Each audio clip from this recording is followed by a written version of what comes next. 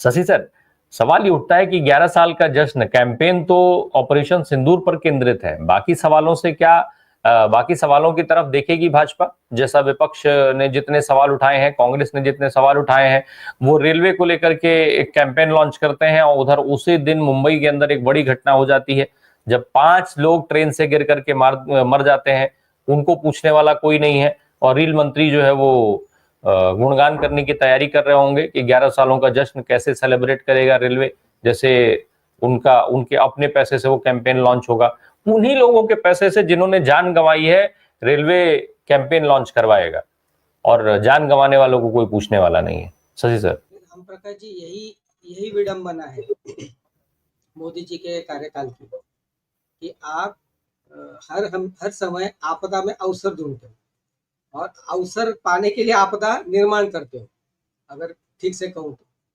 अब देखिए, 11 साल पूरे होने की पूर्ति को लेकर ये सारा जश्न मनाना शुरू कर दिया।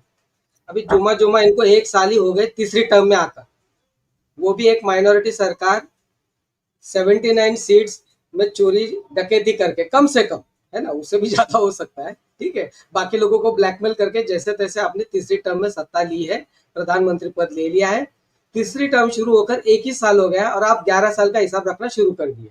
इसका क्या मतलब होता है? क्या मोदी जी की विदाई हो रही है? ये एक पॉलिटिकल क्वेश्चन है, इस बहाने से ये भी पूछा जाए, ठीक है। दूसरी जो बात आपने रखी वो बहुत गंभीर बात है। वो ऐसी है कि क्या वेलफेयर स्कीम्स इन्होंने अभी तक लाए कि जिसका परिणाम भारत के भीतर के सामान्य से सामान्य लोगों को दिख रहा है। अभी जिस रेलवे का आपने जिक्र किया, मैं विरार में रहता हूँ, है ना, हम तो यहाँ कहते हैं लोगों से कि भाई दादर से तुम विरार लोकल चढ़ के दिखाओ, आप एवरेस्ट चढ़ सकते हो लेकिन दादर से लोकल ट्रेन में पीक आवर में नहीं चढ़ सकते, ये हम लोग कहते हैं। और वो जो गिरे, ये नए किस्म का एक्सीडेंट हो गया परसों के दिन, कि 2 ट्रेनों के बीच में लोग एक दूसरे को टकरा गए, है ना, मतलब किस हद तक भीड़ ट्रेनों के भीतर हो चुकी है। उसके ऊपर इनका इलाज क्या है? दरवाजा बंद कर दो, है ना। यही ये करते रहे कि छुपाओ, दबाओ, बंद कर दो, इसके आगे का इनको सूझता नहीं। रेलवे के मामले में देखिए, 1,10,000 करोड़ रुपए खर्चे वाली बुलेट ट्रेन जो आज 1.25 करोड़ रुपए के हिसाब में चली गई है जापान की, उस बुलेट ट्रेन का इनका प्रायोरिटी है। एसी ट्रेन इनके प्रायोरिटी है, लेकिन सामान्य जनों के जो जनरल डिब्बे वाली ट्रेन है, पैसेंजर्स है या लोकल ट्रेन से, ये उनके प्रायोरिटी में नहीं है। इसका इतना ही मतलब बनता है कि इस देश के सामान्य से सामान्य लोग जो है वो इनके प्राधान्य क्रम में बिल्कुल नहीं है, तो ये इनके लिए काम नहीं कर रही। एक दूसरी जो बात है, आर्थिक स्थिति को लेकर ये बहुत बड़ा ढोल बजाने लगे, है ना, चौथे नंबर पर आ गई, हमने अभी जापान को भी ओवरटेक कर लिया, वगैरह वगैरह। इसका कुछ ज्यादा मतलब नहीं बनता। अगर 155 लाख करोड़ रुपए से भी ज्यादा कर्जा भारत का अभी बन चुका है, जीडीपी का हिस्सा, कर्जे का हिस्सा ज्यादा लगातार बढ़ते जा रहा है, मध्यम वर्ग, जिस मध्यम वर्ग को के भरोसे पर मोदी हमेशा जीतते आए हैं, जो मध्यम वर्ग का एक बड़ा सेक्शन ताली थाली मोदी मोदी करते रहा है, वो मध्यम वर्ग देश के आजादी के बाद पहली बार कर्जे में डूब गया। उसके पास कोई भी सेविंग नहीं है, मतलब भारत के इतिहास में ये पहली बार हो रहा है। अब तक देश गरीब जरूर था, लेकिन देश के भीतर का मध्यम वर्ग की अपनी एक सेविंग्स हुआ करती थी। आज की तारीख में उसकी सेविंग नहीं। आपकी तनख्वाह 1 लाख हो सकती है, 1.5 लाख हो सकती है महीने की, लेकिन आप क्रेडिट कार्ड पर जी रहे, ये परिस्थिति आ गई। इस क्राइसिस को लेकर IMF से लेकर वर्ल्ड बैंक से लेकर तमाम एजेंसीज, तमाम अर्थशास्त्री लगातार इशारे देते रहे, इस पर लिखते रहे, बोलते रहे, लेकिन सरकार हमेशा डिनायल मोड पर रही। और ये मोदी जी का राजनीतिक चरित्र है कि अभी तक इन्होंने एक भी मुद्दे को लेकर, एक भी मसले को लेकर जिम्मेदारी नहीं ली। अगर ये जिम्मेदारी लेते तो बात दूसरी तरफ जाती। ये सिर्फ बाईपास करना जानते हैं, ये सिर्फ छुपाना जानते हैं। अगर जिम्मेदारी लेनी है, अगर ढोली बजाना है, तो भाई जाओ मणिपुर के इम्फाल में जाके ढोल बजा के दिखाओ, श्रीनगर में जाओ, अभी पहलगाम हो गया, पहलगाम में जाके आओ।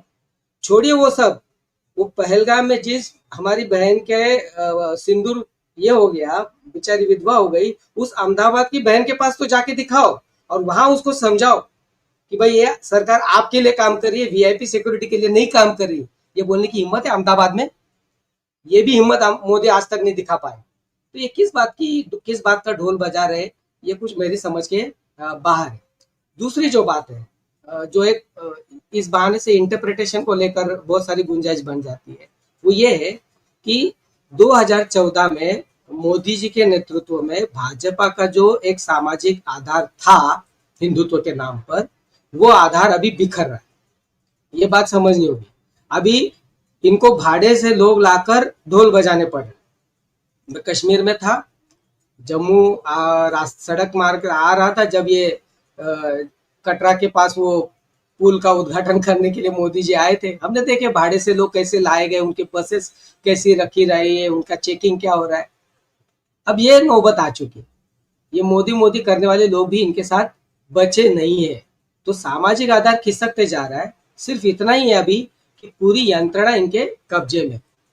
फॉरेन पॉलिसी का अगर ये लोग बात करें तो फॉरेन पॉलिसी के संदर्भ में आज की तारीख में जब पहलगाम जैसी इतनी बड़ी घटना हो गई है, जिसके लिए हमने पाकिस्तान के आतंकवादियों को जिम्मेदार ठहराया है, वो तथाकथित पाकिस्तान के आतंकवादी आज तक हमारी एजेंसियों के हाथ में नहीं आए। देश को, दुनिया को मालूम नहीं है कि वो 4 थे, 5 थे, पुलिस के भेष में कैसे आए, कैसे गए।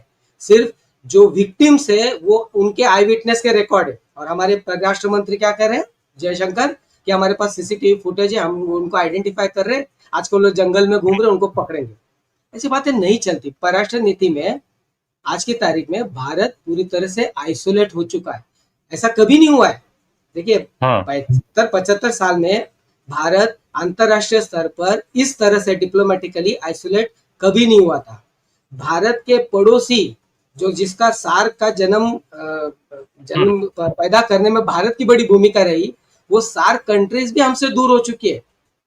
अगर ये स्थिति है तो किस उपलब्धि के बारे में मोदी और भाजपा कहना चाहती है, यहाँ सवाल आता है। अब बार बार यही है कि बॉडी लैंग्वेज बदल गई, हमारी छाती फूल गई। ये घर में आईने के सामने खड़ा होकर अपने आप को तसल्ली देना ठीक है, लेकिन दुनिया को आपकी छाती दिख रही है ना कितनी है। वहां से ट्रम्प ने बोल दिया सीज फायर डिक्लेयर्ड, ये ने मान लिए। आज तक ऐसा कभी नहीं हुआ है। ये कौन सी परराष्ट्रीय नीति चल रही है, कौन सा देश चला रहे। तो ये आईने के सामने अपने आप को टिप टॉप रखने का जो कोशिश ये लोग कर रहे हैं, वो आईना और उनके बीच का व्यवहार है। इसमें भारत की प्रतिमा पूरी तरह से मलिन हो चुकी है। भारत का एक जो कद था, देश का जो एक कद था, वो नीचे जा चुका है। भारत के भीतर के तमाम समाज घटक, यहाँ पर मैं तो आदिवासी मजदूरों का या किसानों का जिक्र भी नहीं करूंगा, क्योंकि ये तो सारे मोदी जी के खिलाफ लड़ते रहे, जिनकी आज तक सुनवाई नहीं हुई। वो एक अलग विषय हमको डिबेट में लेना पड़ेगा। लेकिन जिनके समर्थन की ये लोग बात करते रहे, उनके साथ भी ये ठीक से नहीं रह पाए। आखिरी बात राम प्रकाश जी, ये सरकार केवल और केवल बड़े कॉरपोरेट जायंट्स के हित में काम कर रही है, ये देश हित में बिल्कुल काम नहीं कर रही है। यही इनकी उपलब्धि है जी।